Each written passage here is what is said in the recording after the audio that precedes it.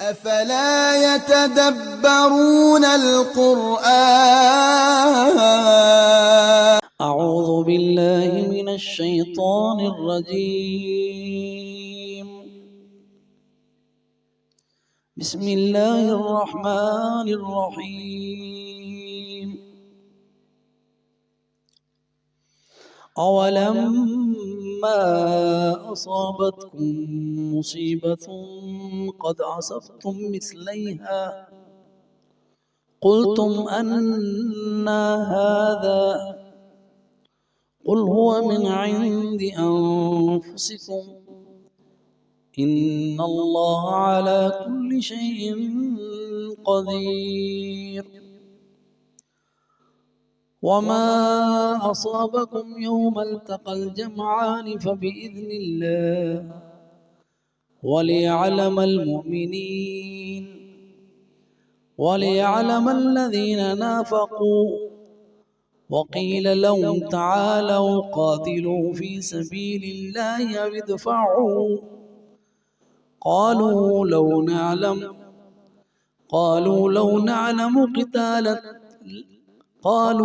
نعلم قتالا لاتبعناكم هم للكفر يومئذ أقرب منهم للإيمان يقولون بأفواههم ما ليس في قلوبهم والله أعلم بما يكتمون.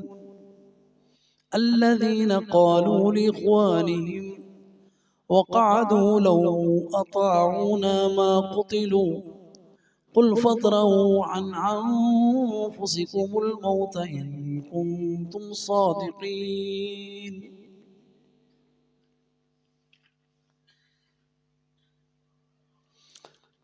اولما اور کیا جب، یہ جو ہے نا حمزہ استفہام کے لیے ہوتا ہے، واو عطف کے لیے، اور لما جب، اصابتکم پہنچی تمہیں، مصیبت. اب اصابت فعل ماضی ہے، مصیبہ اس کا فاعل ہے، قم مفعول بھی ہے. اب اصابت کا معنی ہم ترجمہ کر رہے ہیں پہنچی، اصابتکم تمہیں پہنچی، مصیبت.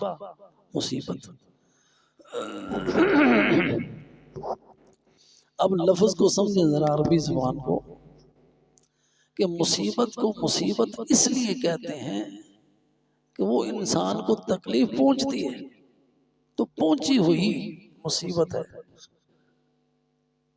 تو مصیبت میں اصابہ، اب مثال کے طور پر آدمی کوئی تیر چلاتا ہے نا، تو اگر وہ تیر اپنے نشانے پہ لگتا ہے تو عربی میں کہیں گے اصابہ، کہ وہ تیر اپنے نشانے پہ لگا. تو اسی سے لفظ مصیبت ہے کہ وہ تکلیف انسان کو لگی. تو یہ جو ہے، یہ معنی ہماری زبانوں میں اس طرح کے الفاظ کے اس طرح کی معانی نہیں ہیں جو عربی زبان کے ہیں. تو اس لیے اولما اور کیا جب، اصابت کو پہنچی تمہیں، مصیبت قد اصبتم، تحقیق یہ قد جو ہے، اگر کوئی بندہ شک میں ہو یا اس کو یقین نہ آ رہا ہو تو پھر یہ لفظ لایا جاتا ہے تاکہ اس کو یقین آ جائے. تو اردو میں ہم کہتے ہیں تحقیق، انگریزی والے ڈیٹ لگا دیں گے کہ ان کے پاس کوئی اور لفظ ہے نہیں. قد، یا ہم اگر کوئی ترجمہ کرنا چاہتا ہے وہ کہے گا یقیناً، ایک لفظ کو تعبیر کرنے کے لیے.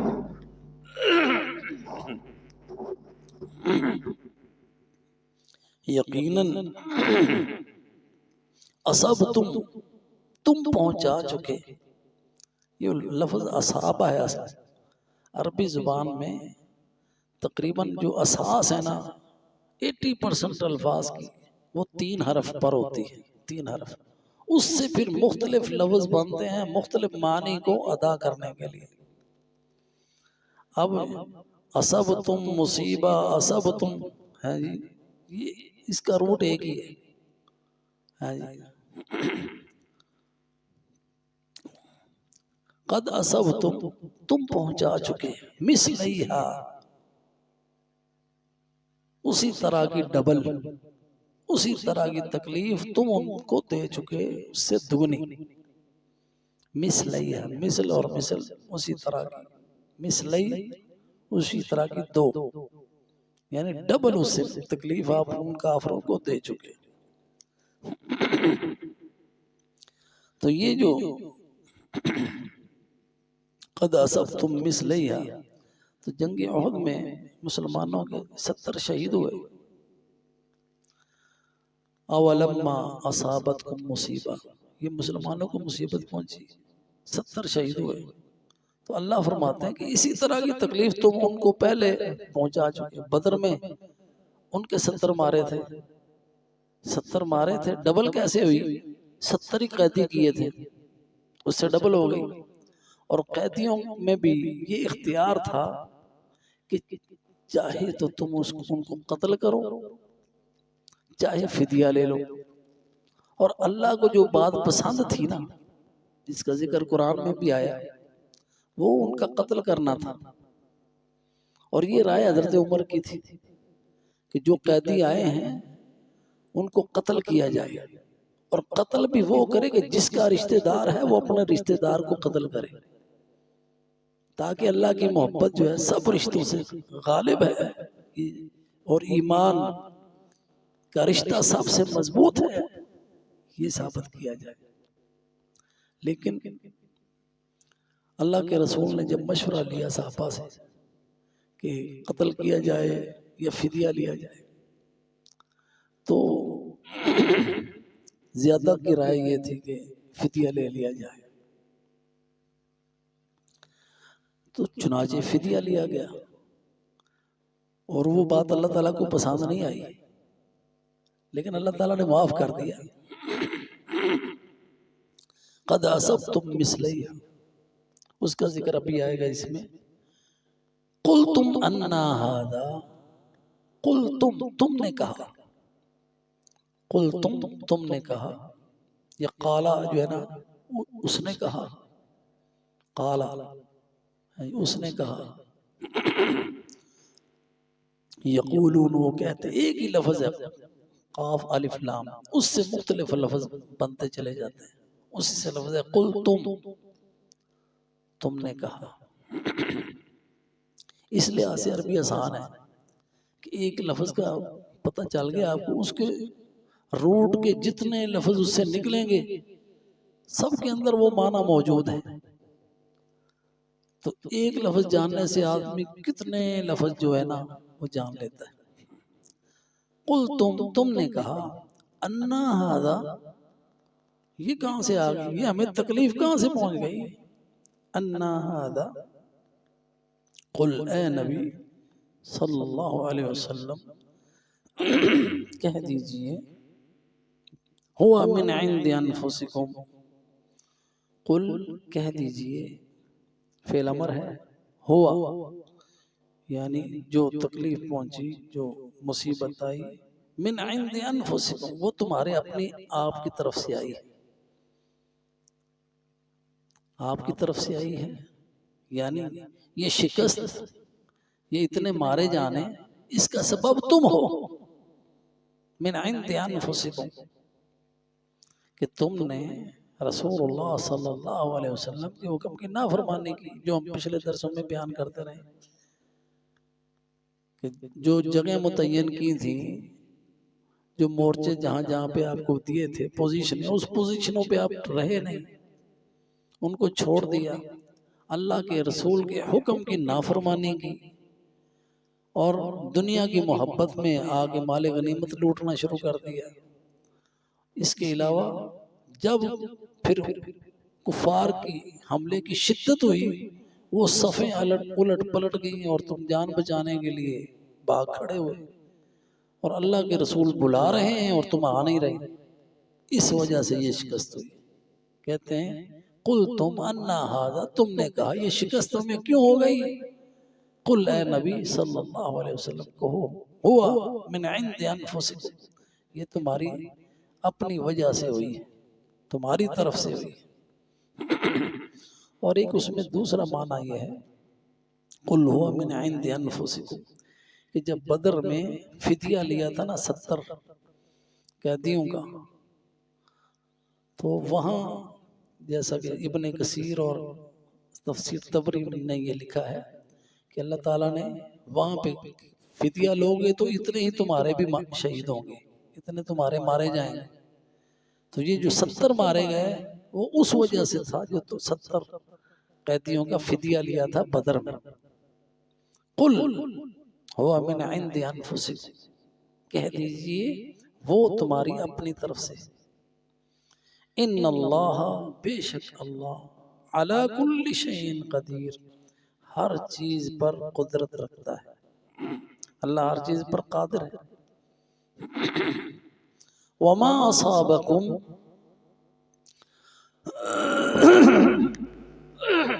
سوری گلا خراب ہے شاید، کیا مسئلہ۔ وما اصابکم، اور جو مصیبت پہنچی تمہیں، وہی لفظ ہے جو پہلے آیا تھا۔ یوم التقى الجمعان، یوم اس دن، التقى ملاقات سے، الجمعان دو گٹھ، دو لشکر، مسلمانوں کا اور کافروں کا، التقى ان کی ملاقات، یہ ملاقات کا معنی جنگ، آمنا سامنا ہوا۔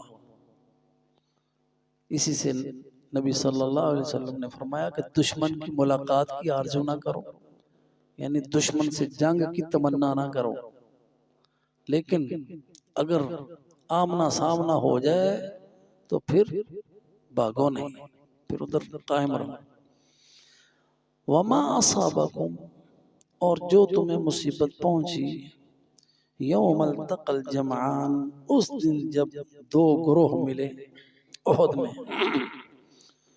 وما اصابکم، اس دن جو تمہیں تکلیف پہنچی، کہ جو تمہارے 70 شہید ہوئے، جو زخمی ہوئے، جو تمہیں شکست ہوئی، جو تمہیں بھاگنا پڑا، جو تمہیں رسوائی ہوئی، یہ سارے کا سارا فبإذن اللہ، اللہ کے حکم سے ہوا ہے۔ فبإذن اللہ یعنی اللہ کا فیصلہ تھا، اللہ کی قضا تھی، اللہ کی تقدیر تھی، اور اللہ سبحانہ وتعالی نے اس کی حکمت بیان فرمائی کہ یہ اللہ تعالیٰ نے ایسے شکست کیوں دی تمہیں، اللہ کے حکم سے آئی نا، اس کا فیصلہ تھا کہ تمہیں یہ شکست ہو، اور اس کا سبب تم تھے۔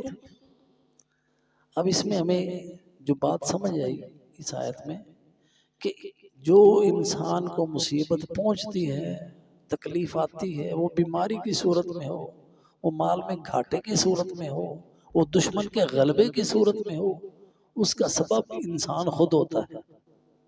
اس لیے فرمایا من عند انفسکم، تو اس سے نکلنے کا راستہ وہ توبہ اور استغفار ہے، اللہ سبحانہ وتعالی سے بخشش مانگے، مغفرت مانگے، اور جو اللہ سبحانہ وتعالی نے اس غلطی کی وجہ سے اگر تھوڑا سا تمہیں کوئی سزا دی ہے اس دنیا میں، اس پر صبر کریں اور اللہ کا فیصلہ سمجھتے ہوئے اس کو تسلیم کر لیں۔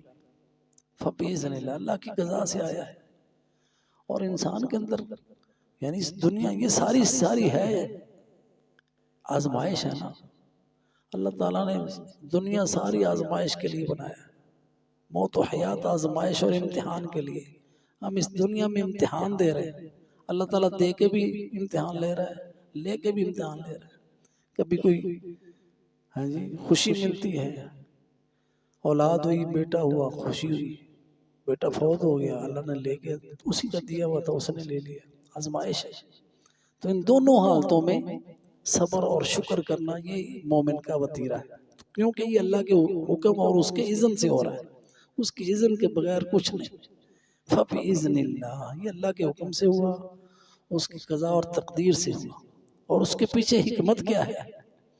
اس کے پیچھے حکمت تمہارا ایمان جاننا ہے۔ وَلِيَعْلَمَ الْمُؤْمِنِينَ، یہ اللہ تعالیٰ نے اس لیے تمہیں آزمایا کہ تمہیں وہ جانے کہ تم میں سے مومن کون ہے، وَلِيَعْلَمَ، تاکہ وہ جان لے المومنین، مومنوں کو۔ اس سے پہلے تو منافق اور مومن ایک ساتھ رہ رہے تھے، تو اب اللہ سبحانہ و تعالی آزمانے کے لیے آزمائش آ گئی، امتحان آ گیا، تکلیف آ گئی۔ تو جب مصیبتیں انسان پر آتی ہیں نا، پھر پتہ چلتا ہے کہ کون اس کا ہمدردی ہے، کون اس کا ساتھی ہے اور کون اس کا ساتھی نہیں ہے۔ اب جب مشکل آئی تو منافقین جو چھپے ہوئے تھے ظاہر ہو گئے، ان کا نفاق ظاہر ہو گیا، وہ علیحدہ ہو گئے۔ پہلے تو ساتھ تھے نا، 300 تو اسی وقت علیحدہ ہو گئے جب آپ نکلے تھے، اور کچھ جب یہ فتح جو تھی شکست میں بدلی، کچھ اس وقت ظاہر ہو گئے۔ وَلِيَعْلَمَ الْمُؤْمِنِينَ، تو آزمائش کو پیچھے حکمت یہ ہوتی ہے کھوٹا اور کھرا جو ہے نا وہ نکھر کے سامنے آ جائے۔ وَلِيَعْلَمَ الَّذِينَ نَافَقُوا، اور تاکہ جان لے اللہ سبحانہ وتعالی جنہوں نے منافقت کی ہے۔ اللہ تو پہلے سے جانتا ہے، لیکن آزمائش ڈالی تاکہ سب کے سامنے ظاہر ہو جائے۔ اللہ ان کے نفاق سے پہلے بھی جانتا تھا، احد سے پہلے بھی جانتا تھا کہ یہ منافق ہے، لیکن ان کو ظاہر کرنے کے لیے، ان کو رسوا کرنے کے لیے ہے جی، اور مومنوں کو بتانے کے لیے کہ یہ منافق ہیں۔ وَلِيَعْلَمَ الَّذِينَ نَافَقُوا، تاکہ ان کی تمیز ہو جائے سچے ایمان والوں میں اور نفاق والوں میں۔ ہاں جی، جیسا کہ وہ مقام شوق تھا احد سے پہلے، جہاں عبداللہ ابن ابی جو تھا 300 اپنے ساتھیوں کے ساتھ، جو 1/3 تھا پورے لشکر کا، 1/3، 1000 تھے نا، 300 چلے گئے، جس سے مسلمانوں کے حوصلے پست کرنا بھی ان کا مقصود تھا، لیکن وہ اللہ پر بھروسہ کرتے ہوئے نکل پڑے ہوئے، کیونکہ جب آپ فیصلہ کر لیں پھر اللہ پر بھروسہ کرنا ہے۔ وَقِيلَ لَهُمْ تَعَالَوْا، جب وہ واپس پلٹ رہے تھے، وَقِيلَ، یہ بھی لفظ قالا سے ہے، قالا سے قیلا، قالا اس نے کہا، قیلا ان سے کہا گیا، لہم ان سے، تعالوا واپس پلٹو، آ جاؤ، قاتلوا فی سبیل اللہ، جنگ کرو اللہ کی راہ میں۔ اگر تم اللہ اور آخرت پر ایمان لانے والے ہو، مومن ہو، تو کیوں پیچھے بھاگ رہے ہو؟ اللہ کے رسول کا ساتھ کیوں چھوڑ رہے ہو؟ آؤ واپس آؤ، تعالوا، تعال ایک کے لیے اور تعالوا ان سب کو بلانے کے لیے، آؤ واپس آؤ، قاتلوا جنگ کرو، قتال کرو، فی سبیل اللہ، اللہ کی راہ میں، او ادفعوا اور دفاع کرو، قتال کرو یا دفاع کرو، یعنی اپنا دفاع کرو، اپنی اولاد کا دفاع کرو، مدینے کا دفاع کرو، رسول اللہ صلی اللہ علیہ وسلم کا دفاع کرو، اپنے دین کا دفاع کرو، اگر تم ایمان والے ہو اور آخرت پر تمہارا یقین ہے۔ تو کیا کہا انہوں نے اس کے جواب میں؟ قالوا، کہنے لگے، لو نعلم قتالا لاتبعناکم، اگر ہمیں پتا ہونا کہ تم نے جنگ کرنی ہے تو ہم ضرور تمہارا ساتھ دیں، لاتبعناکم، تو ہم تمہارے ساتھ ضرور جنگ میں شریک ہوں۔ جی اب یہاں پہ یہ بات جو انہوں نے کی، قالوا لو نعلم قتالا لاتبعناکم، اگر ہمیں معلوم ہو کہ آپ نے جنگ کرنی ہے تو ہم ضرور تمہارے ساتھ جنگ میں شریک۔ تو یہ انہوں نے بات اس لیے کی کہ وہ کہہ رہے تھے جنگ ونگ کوئی نہیں ہونی، جنگ کوئی نہیں ہونی، اے کوئی جنگ ہے تو اپنے آپ کو ہلاکت چ پاؤنا ہے، جی آج کل کوئی کہے بھی امریکہ نال لڑنا ہے تے یار مار کھانے جی کوئی جنگ ہے کوئی ساڈا انہاں نال کوئی مقابلہ ہے وہ ایڈی وڈی طاقت ہے چھوٹی. یہی بات تھی ان کے ذہنوں میں کہ یہ صرف 700 اور وہ 3000 کوئی مقابلہ ہے. نہ انہوں نے جنگ دا پتا ہے نہ انہوں نے کوئی تیاری ہے. ہتھیار بھی چج دے کوئی نہیں. نہ ان کے پاس ہتھیار ہیں نہ ان کے پاس نفری ہے. اے جنگ کرن جان اسی نہیں جانا مرنا. یہ بات تھی منافقوں کی. قالوا لو نعلم قتالا لاتبعناكم ہم للکفر یومئذ اقرب منہم للایمان. ہم وہ جنہوں نے یہ بات کی منافقین للکفر کفر کے لیے کفر کے یومئذ اس دن جس دن یہ بات کر رہے تھے اقرب زیادہ قریب تھے منہم ان میں سے للایمان ایمان کے. یعنی یوم احد کے دن جب یہ بات کر رہے تھے اس وقت وہ ایمان کی بجائے کفر کے قریب تھے. کیونکہ نفاق کیا ہوتا ہے؟ نفاق تھوڑی سی روشنی ملی مومن ہو گئے, تھوڑی سی آزمائش آئی کافر ہو گئے. یہ ہوتا ہے منافق. نفاق کیا ہے کہ ایمان میں داخل ہوئے اور دوسری طرف سے نکل گئے. ایمان میں داخل ہوئے جو ہی کوئی مشکلات آئیں ایمان کو چھوڑ دیا, یہ نفاق ہے. تو عربی میں اس لفظ کو سمجھنے کے لیے آپ کو بتائیں کہ جو سرنگ کھودی جاتی ہے پہاڑوں کے اندر اس کو نفق کہتے ہیں. نفق یہ ٹنل جو بناتے ہیں پہاڑوں میں, اس میں کیا ہوتا ہے کہ پہاڑ میں انسان ایک طرف سے داخل ہوتا ہے اور دوسری طرف سے نکل جاتا ہے. تو نفاق جو ہے نا یہ اصل میں ایک چوہا ہے. چوہے کا نام ہے عربی میں.